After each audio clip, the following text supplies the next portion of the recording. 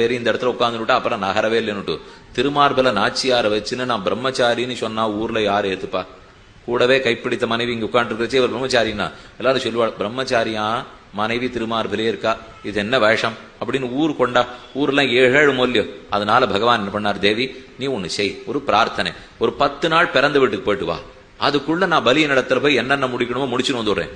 தேவி பதில் சொன்னா, நீ பிரம்மச்சாரியா பிறந்தாலும் சரி, நீ சன்னியாசியாவே பிறந்தாலும் சரி, இந்த இடத்துல நான் நகர்றதா இல்லை, இது நம்ம இடம், நம்ம இடத்தை விட்டு நாம நகர மாட்டோம். பகவான் யோசித்தார், எப்படித்தான் இவளை சமாதானப்படுத்துறது? பெரிய மாந்தோல் ஒன்னை எடுத்து இப்படி போத்திக்கு போனார். போத்தினுட்டு அவள் இருக்கிறத மறைச்சுள்ளாமோ இல்லையோ. சட்டுன்னு தேவி தடுத்தா, எனத்தினால மாந்தோலை போட்டு மறைக்கிறேன்னுட்டு.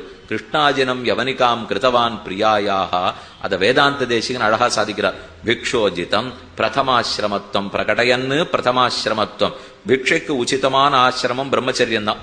பிச்சை எடுக்கிறதுனா கல்யாணம் ஆனவன் பிச்சை எடுத்தா வெக்கமா இருக்கும், பிரம்மச்சாரி பிச்சை எடுத்தா வெக்கம் கிடையாது இல்லையோ. அதனாலதான்